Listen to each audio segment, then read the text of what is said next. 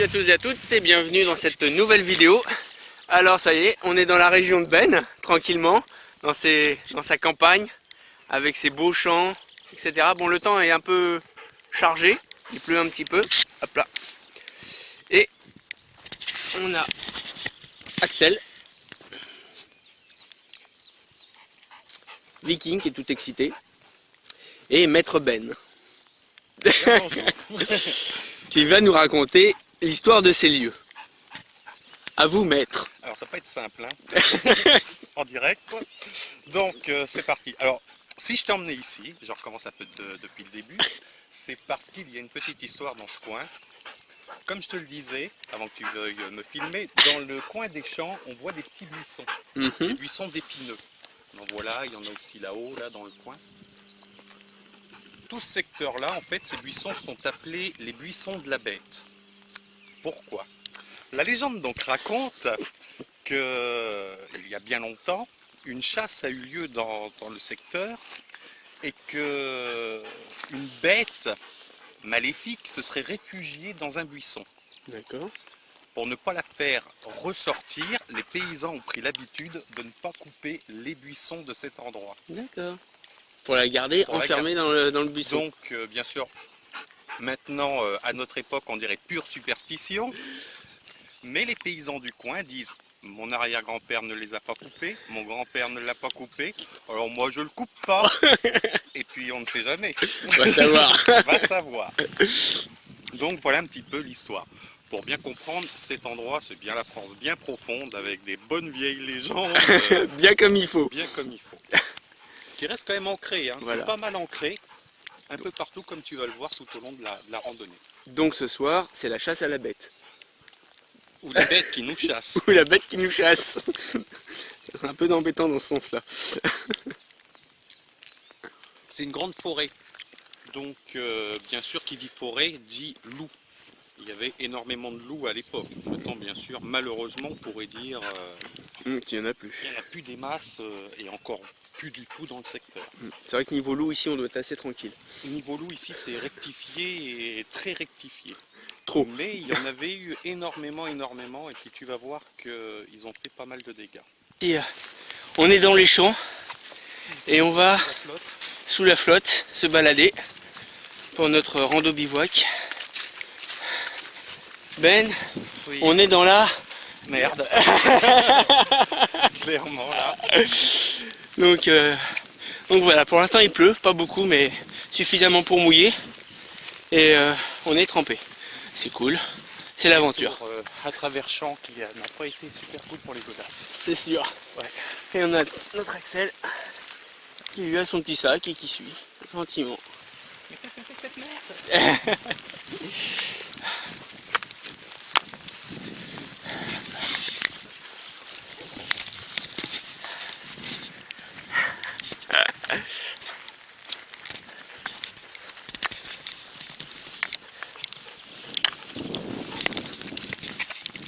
Alors Il a arrêté de pleuvoir déjà, c'est déjà pas trop mal. C'est déjà un bien. On est un peu dans la bouillasse, dans la caca. dans la caca. On est dans la merde. Bon, souvent ça va. Ah, c'est pas mal, franchement c'est sympa. Le paysage est très très joli, vraiment super. Et là on est dans les sous-bois. C'est franchement nickel. Donc comme on parlait des virelous, les lycanthropes du coin, je te disais, il n'y a pas que cette bestiole dans nos forêts, dans notre région. Nous avons d'autres créatures, les créatures de l'Aube, puisque le département s'appelle l'Aube et non pas l'Aube le matin. Petite blagounette. Donc, la première qui est bien connue dans le coin, c'est les Felten, des petites créatures malicieuses et facétieuses, très très mignonnes. C'est des petits esprits qui habitent dans les maisons. Et un petit peu comme on pourrait dire les poltergeists, ils s'amusent à casser la vaisselle, à faire du bruit la nuit dans les maisons. Voilà, c'est nos petits lutins Campagnard. campagnards. On les entend rigoler la nuit, ils donnent des coups de pied dans les portes, etc. etc. C'est eux qui font le bruit la nuit quand tu te dis il y a quelque chose qui a grincé. Nous avons aussi le sauveau. Alors le Sauveau, c'est un esprit des brumes. Lui pareil, c'est une légende du coin qui circule que près des fontaines, on voyait un petit agneau blanc et que celui qui s'amusait à le porter sur ses épaules voyait sa peine devenir de plus en plus lourde. C'était pour sûrement empêcher les gens de chouraver les moutons dans les prés. Donc sa peine devenait de plus en plus lourde, mais il ne pouvait pas le reposer. Ah, il devait le garder sur les Il devait le épaules. garder sur les épaules. Et au bout d'un moment, le petit agneau il lui disait bah, maintenant que tu m'as volé, ramène-moi où tu m'as pris. Et le malheureux devait se répéter tout le chemin de l'autre côté pour reposer la bestiole. Voilà, c'était pas méchant, je pense que c'était vraiment pour faire peur aux Ouais, je voleurs. pense, ouais. Et pour finir, le houssier. Le houssier, c'est un petit farfadet, pareil, un farfadet des eaux. On aime bien la flotte ici, tout ce qui est humide et tout, apparemment. Donc, celui-ci se cachait dans les hautes herbes, près des cours d'eau. Et quand on passe près de lui, il éclaboussait les gens. C'était surtout les jeunes filles qui avaient peur de mouiller leurs jupons. Voilà. Voilà pour les créatures de l'aube. Bravo.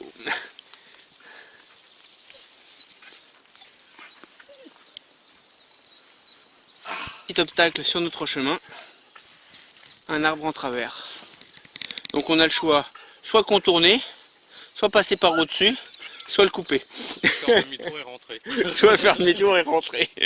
Mais je pense qu'on va contourner. Ah bon? Bah oui. Tu vas pas passer par au-dessus? Moi je l'aurais brûlé. Ah ouais, t'es comme ça, toi. Qu'est-ce que c'est? Allez, Axel. En route, c'est parti. En avant.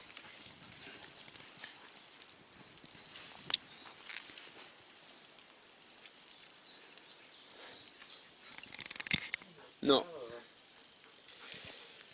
Donc voilà, on est arrivé, il est à peu près, il est midi, à quelques minutes près, il est midi. Et nous sommes arrivés, non pas au point de repas du midi comme prévu, mais au point d'arrivée, au point d'aller se coucher, au point du bivouac. Donc le bivouac, on va pas bivouacer là-dedans, hein, quand même. On n'a pas cette prétention, non, on va aller s'enfoncer un peu plus dans les bois. Et là, en fait, Ben avait repéré cette cabane de chasse. Donc on s'est posé là et on va manger ici tranquillement, à l'abri. On a des fauteuils, c'est la grande place. Donc les chasseurs sont bien posés. On a bien marché, hein. Ouais, on a tracé. Voilà, donc on a trouvé le ravitaillement en eau. Donc là on a de quoi faire. Un viking qui a encore envie d'aller se balader. Ouais, il veut qu'on reparte. Axel qui est planqué sous la table. Et donc voilà, donc on va manger tranquillement. Et puis après on va repartir pour le... On a quoi jusqu'au point d'arrivée? Allez, disons 500 mètres. Waouh, je sais pas si on va y arriver là. On a fait 10 bornes en 2 heures, je suis pas sûr qu'on va y arriver. On a fait près 13 bornes en 10 heures. En 2 heures. En 2 heures. On est arrivé à notre point de bivouac. Donc on n'a pas marché beaucoup, on a dû marcher 300 mètres à tout péter. 300 mètres à tout péter. Et on s'est posé là, tranquillement. Donc un petit coin plat dans la forêt. On va installer les toiles de tente. Puis on va se faire un feu par là. Se sécher les pieds parce qu'on a les pieds un peu trempés quand même. Un peu beaucoup. Et voilà, donc du bois on en a une tripotée. On a largement de quoi faire. Non mais du bois sec. Donc vu que tout est un peu détrempé, on va essayer de trouver du bois sec. Donc ça va être sympa. Donc un beau petit coin sympa. Et puis Viking qui joue non pas avec des bouts de bois mais avec des troncs. Amen. Il est où le bout de bois?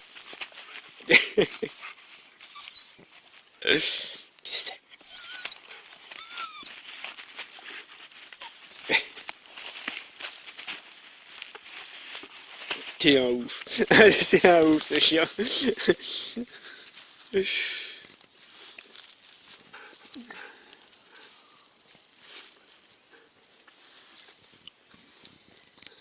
On a monté le camp. Enfin, on est en train de finir de monter le camp. Donc moi j'ai la toile de tente. Ben aussi. En train de finir l'aménagement. Du rangement. Jamais dans le coin salon là. Je vais monter le râteau de la télé. Nickel. Là on a Viking qui a envie de jouer depuis tout à l'heure, qui arrête pas. Hein? Ah, t'as envie de jouer. Axel qui est tranquillement allongé.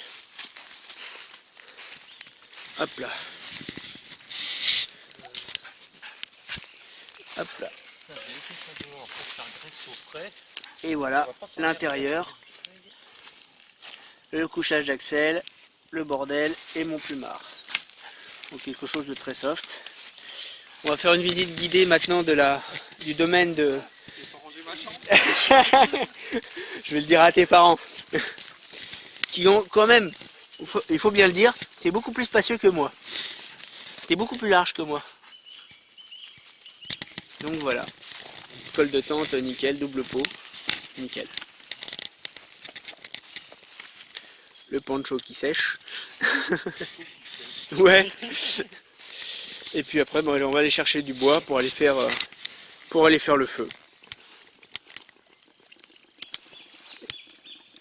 Ça donne soif de prunier?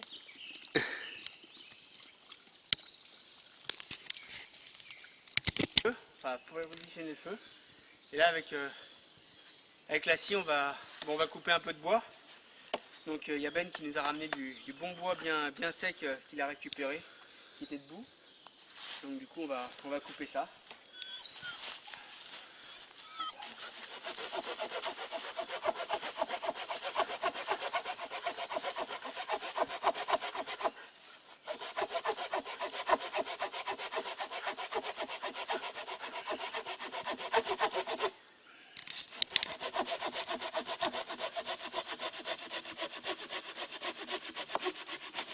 Hop là. Donc on va voir que c'est vachement efficace et qu'avec ça on va le rebâtonner un petit peu et on va faire des petites bûchettes histoire d'allumer le feu, quoi, faire un allumage de feu correct. Voilà, à tout de suite pour l'allumage.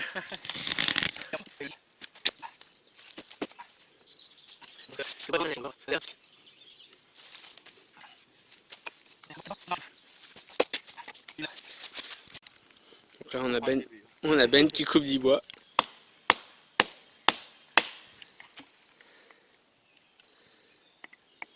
J'ai fait ça toute ma vie. Eh.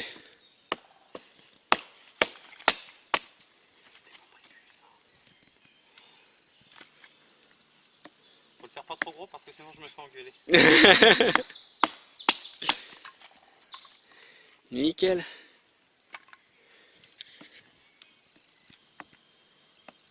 Ça va brûler en 10 minutes ça. 10 minutes, faut qu'on tienne 5-6 heures. Large. Il nous faut 500 fois ça. Bah ça c'est juste pour l'allumage, hein.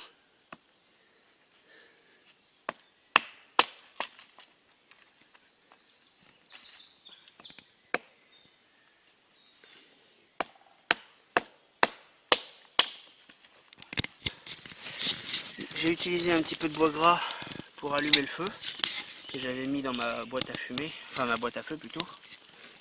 Et là donc c'est en train de brûler gentiment, en train de faire sécher les branchouilles qu'on a mis au-dessus. Et puis voilà quoi. Petit à petit ça va brûler petit à petit. Hop là, on peut voir que là, j'avais ramené des morceaux de bois gras, donc bien chargés en sève, donc nickel. Voilou voilou, le début de notre feu, avec la petite couverture pique-nique, que du bonheur. Pour pas avoir le cul mouillé. Voilà.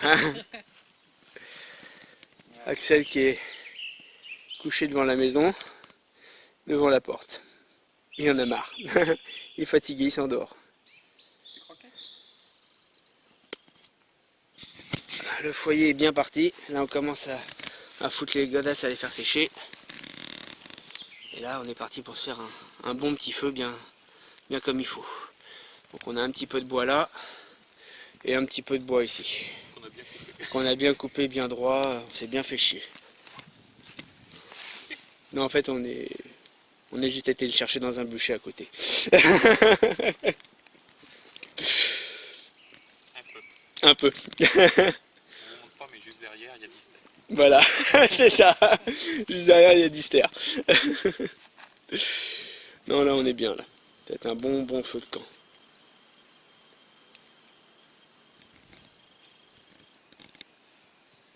Voilà, on a les petits pieds qui sèchent. Avec notre joli feu qui est bien parti. Les chaussettes. Là, on a les toutous. Ils sont bien. Ouais. Et on a attaqué les granolas.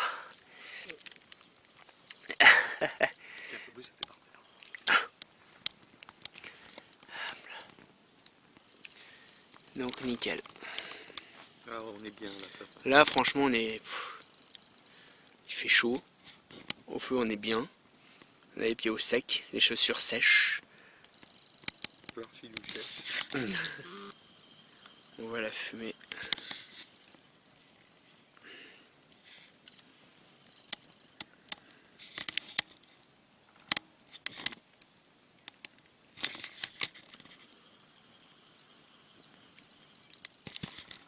Voilà, notre petit feu est bien parti.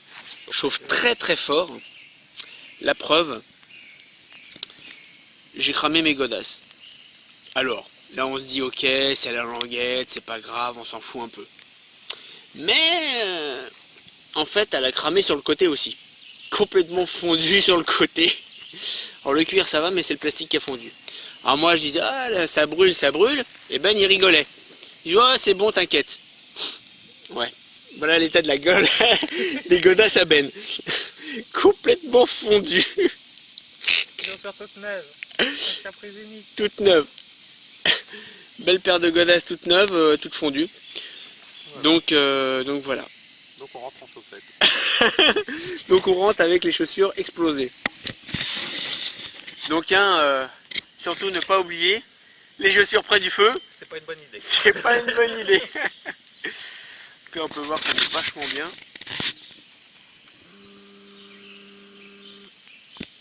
Avec les loulous.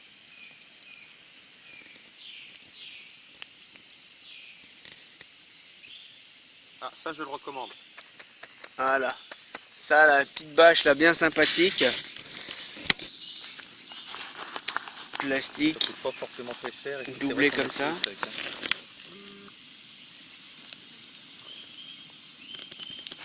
C'est franchement c'est sympa. C'est bien. Isolé du Ouais, sol. c'est isolé du sol. Hein. C'est de l'ouliasme. Non, on est bien là. Nickel. Regarde de pas faire fondre le chien. C'est vrai que le feu il chauffe là, hein. Putain, vrai Dieu. Elle est pas belle la vie.